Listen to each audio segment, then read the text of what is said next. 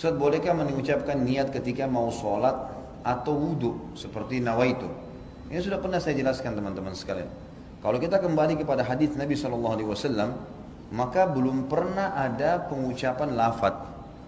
Tidak pernah ada satupun hadis Nabi SAW yang berbunyi nawaitu shoma ghadin, usolli fardhu salatid duhur, nawaitul wudu. Ini tidak pernah ada lafaz hadisnya.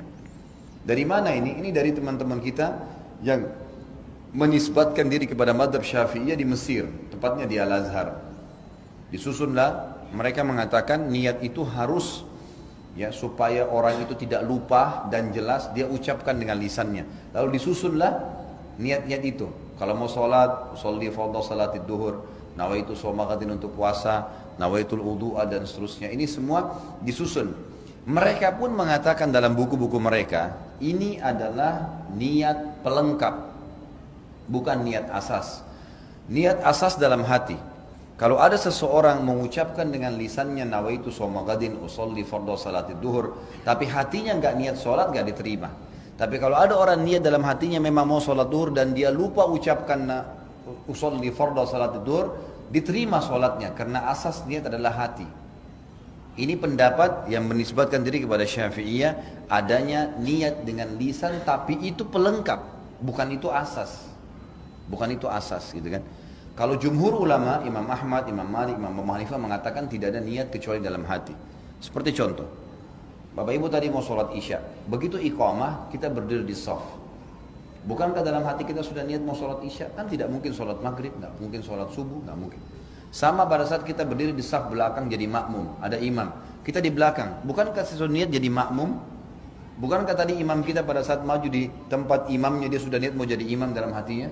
Ya itulah niat sholat. Dia tidak perlu mengatakan makmuman, imaman. Yang sudah jelas dia jadi makmum dia. Sudah jelas-jelas dia begini. Dia mau sholat duha. Dia berdiri mau sholat duha. Tidak mungkin dia niat sholat duhur. Itulah niatnya. Dan ini yang dikatakan oleh para jumhur ulama. Bahwasanya niat tidak perlu dengan lafaz. Karena belum pernah ada dinukil dari Nabi SAW seperti itu. Satu-satunya yang disebutkan dan didengarkan oleh para sahabat. Itu adalah waktu Nabi SAW menyebutkan niat haji dan umrohnya.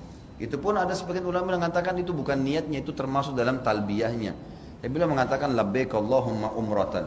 Ya Allah aku niat aku menjawab panggilan umrahmu. Labbaik Allahumma hajjan, ya Allah saya jawab panggilan hajimu, gitu kan. Jadi Allah alam, yang saya melihat pribadi, saya melihat dari apa yang telah dituliskan para ulama ini, kita kembali kepada jumhur ulama yang mengatakan tidak ada lafaz niat karena dalam pemahaman pun ini bukan dari Imam Syafi'i ya, dari pengikut Imam Syafi'i yang datang setelahnya ya. Karena Al-Azhar ini ada jauh setelah Imam Syafi'i, jauh. Imam Syafi'i tahun berapa? Tahun 204 meninggal dunia gitu kan. Sementara Al-Azhar ini ada tahun berapa gitu ya. Jadi sudah jauh. Makanya datang pengikut-pengikut yang menisbatkan diri lalu kemudian memasukkan dalam sebuah madhab. Allahu a'lam.